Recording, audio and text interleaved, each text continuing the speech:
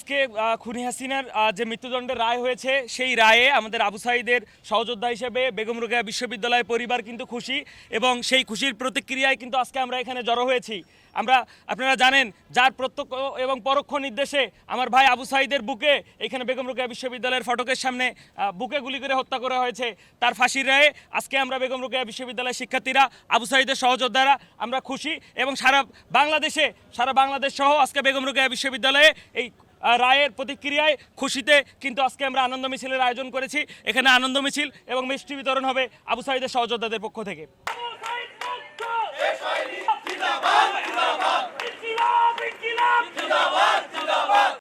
আমরা যে মামলার আজকে রায় হলো সেই মামলা আন্তর্জাতিক ট্রাইব্যুনালের 1 থেকে যে সরাসরি আমরা সারা বাংলাদেশের পৃথিবীর লোকরা দেখতে পেয়েছে।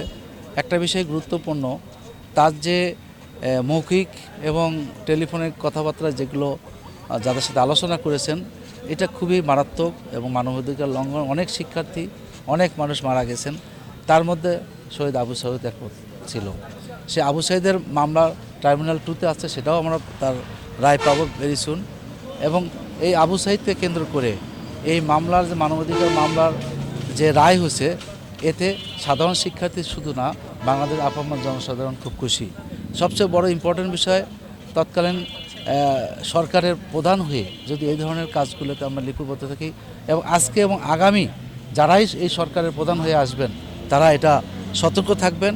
কিন্তু তারা কিন্তু জনগণের প্রতিনিধি, সরকারের প্রতিনিধি, তাদেরকে এই ধরনের সাধারণ জনগণের পাশে না দাঁড়াইয়া তারা তাদের বিপরীতে দাঁড়াইয়া যে ন্যাক্কারজনক ঘটনা ঘটেছে, আজকে তার এই মামলার রায় প্রকাশিত হয়েছে। আমরা বেগম রোকেয়া বিশ্ববিদ্যালয়ে আবু সাঈদের রক্তের কাছে আমরা ঋণী।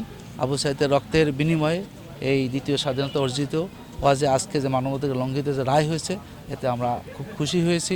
বাংলাদেশের ইতিহাসে জুলাই আগস্টে যে গণহত্যা দেশব্যাপী চালিয়েছে খুনি শেখ হাসিনা এবং তার মন্ত্রী পরিষদের সদস্যরা, সেই সাথে আইনশৃঙ্খলা বাহিনীর যারাই আমার ভাই আবু সাঈদ সহ সারা বাংলাদেশে যে সমস্ত হত্যাকাণ্ড চালিয়েছে, আজকে তাদের যে সেই ইন্ধনদাতা যে প্রধান খুনি শেখ হাসিনার তার যে ফাঁসির রায় হলো, এতে বেগম রোকেয়া বিশ্ববিদ্যালয়ের শিক্ষার্থীরা, শহীদ আবু সাঈদের শিক্ষার্থীরা আমরা উচ্ছ্বাসিত।